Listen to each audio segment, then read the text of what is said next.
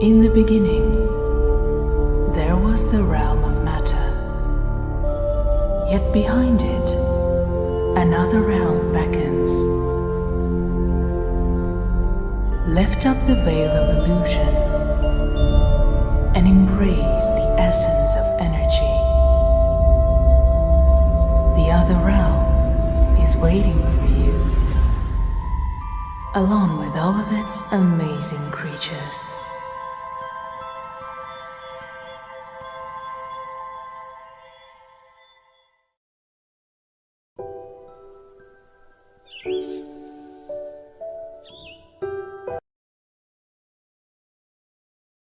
Wenjia is a game I would describe as a Sunday afternoon game. It's a short experience that's casual and relaxing. Ideal to enjoy while chilling on the sofa or equivalent comfy chair with a nice drink. So take it easy and let's see what Wenjia has to offer.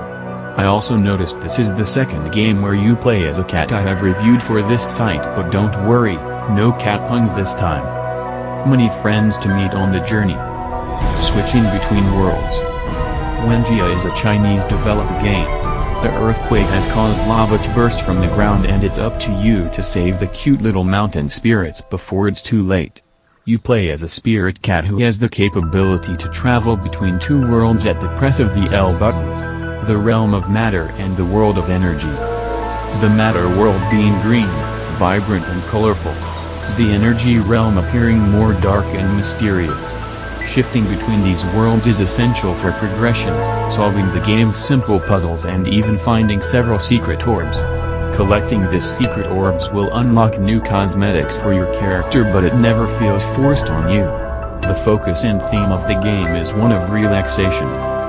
The attention to detail in the artwork is impressive. Graphics are beautiful and hand-drawn. The matter realm in particular is beautiful and vibrant. The art at times is something to behold and take in.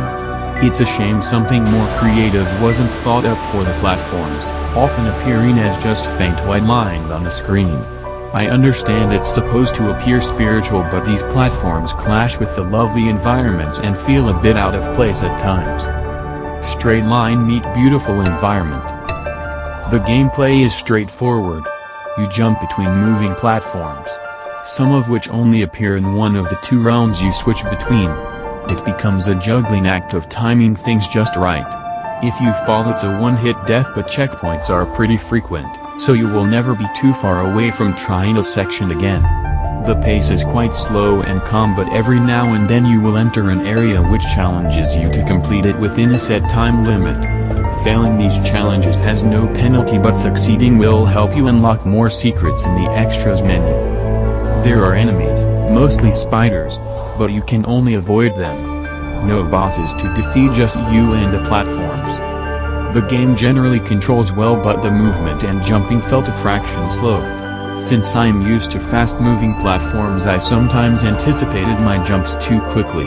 However, when slowing my pace down to the game's calm level, I coped much better.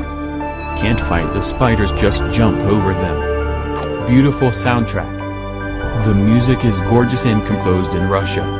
The relaxing score is well incorporated into the levels as you progress. The game appears to know this, as it's not shy about pausing the action at one point to let you enjoy a vocal piece from the soundtrack. The score is one of the game's strongest aspects. The only small issue was sometimes when tension began to build up in the game, the music just didn't feel like it completely matched the situation you were in. Regardless, I could see myself listening to this even outside of playing the game.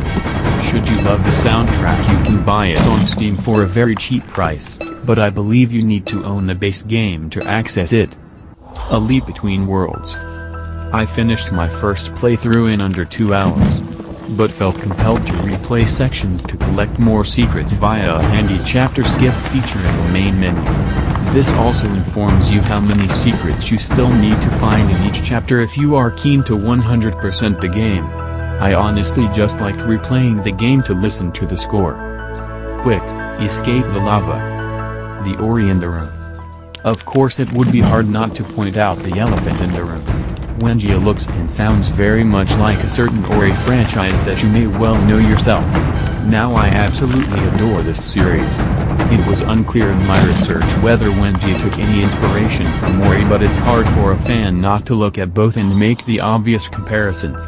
What is clear is that Wenjia was made with a significantly lower budget, and I genuinely felt the developers created the best game they could with the resources they had. What would have stood more in their favor though would be going with a graphical style that's a little more unique to Wenjia rather than appearing so similar to Ori. Maybe a lesson for next time. A short break before I climb higher. Coming to the end. Wenjia is a great relaxing casual game. I'm quite experienced with this genre of game. If however you're like my co-op partner, who sometimes struggles with platforming, this may become frustrating, but it is very rewarding when you do get through. With that in mind, this is probably not a game for people looking for something difficult or long. The game feels appropriately priced considering its simplicity and short length. I would love to see the developer create another game with a more unique style and killer soundtrack to help them stand out more from the crowd next time. However, I cannot deny I did enjoy this game, and if nothing else, it's given me a nice soundtrack to listen to over and over again. Final verdict, I liked it.